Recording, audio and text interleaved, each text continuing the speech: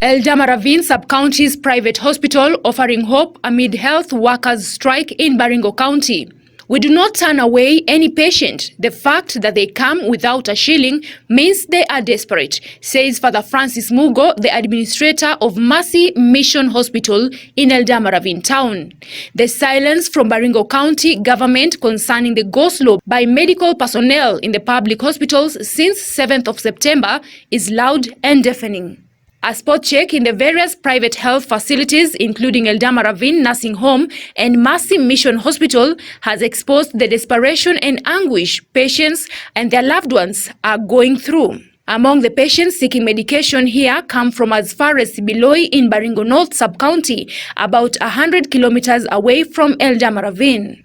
Left with a sole option of being treated at private clinics and hospitals, which they never put as a choice on their NHIF contract, some are dropped by their family members and abandoned at the facility. At the Mercy Hospital in Eldama Ravine, the matron Emma Koech, while speaking to Baringo News on Monday morning, says that the situation is overwhelming and have had to recall their staff who are on leave. My name is Emma Koech. I'm the hospital matron in charge of Mercy Mission Hospital, Eldama Ravine. And I'm just here to highlight something on the impact of the strike. Since the strike started on Monday last week, we've really felt a lot of influx of the patients. And as you can see from behind, the patients are really coming in. And we are experiencing also a lot of challenge when it comes to patient services, because the number of staff that we have is not equal or equalizing to the number of patients that are coming. The hospital administrator, Mercy Mission Hospital, Fr Francis Mugo, says they have increased their bed capacity from 60 to 110 owing to lessons learned from previous strikes. Dr. Evans Bungei of Eldama Ravine Nursing Home has indicated that with a bed capacity of 40, they are faced with space challenges, drugs, and personnel, with most cases recorded being pneumonia and traffic accident victims. Evans Bungei, clinical doctor at Eldama Ravine Nursing Home. The hospital is situated at Eldama Ravine, opposite Eldama Ravine Tidis. We do outpatient clinics and inpatient clinics. Also the MCH, the maternal child health care and immunizations. I think a week ago we've been having a challenge. We've seen a rise in the number of patients. Our bed capacity here is around 40, and since the strike impacted at our district hospitals, we've been having a large number of patients, and our bed capacities cannot accommodate at all the whole patients that we have. Most of the patients which are coming here of let's say the social economic status cannot accommodate the private facility, since here we don't have any help from the government as in to procure subsidy of the drugs.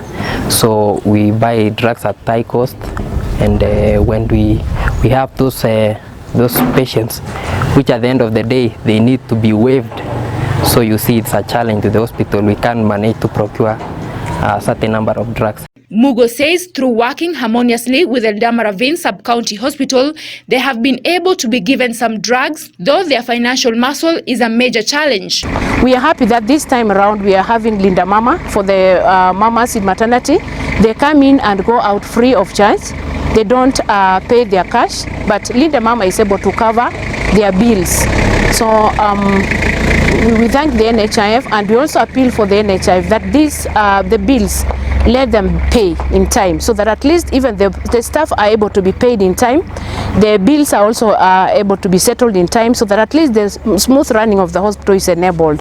Dr. Bungei, together with Mrs. Koech, have urged the county government to act with speed and see that the medics are back to work to ease the burden and help relieve patients from excruciating pain. There's no day we've turned away our patients.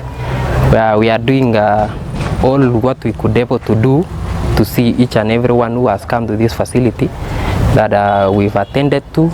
We've just at least given the first aids and everything.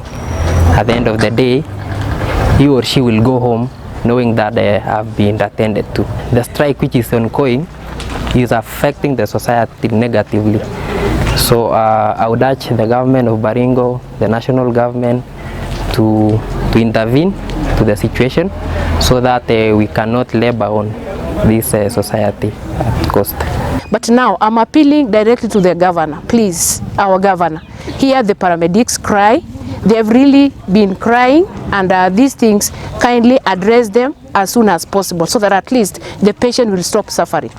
Our patients are really coming from far, and you can imagine those patients who are registered for NHIF in either Cabernet, Marigat, or even Sub-County Hospital in Eldama Ravine. They are forced to come here, and when they come here, they pay services through cash, which is so burdening the patients, and they have to chip in and pay through cash. Some patients, they don't have cash, and we are experiencing a challenge when it comes to giving out free services, because even as we have challenge when it comes to giving out free services, because we have to buy for the drugs, we have to gather for their food. While responding to the issue at hand, Baringo County Governor Stanley Kiptis has said that the Departments of Devolution, Health and Finance are having a meeting to discuss the stalemate and will issue a report on Tuesday. Reporting for Baringo News, I'm Janet Kiriswo.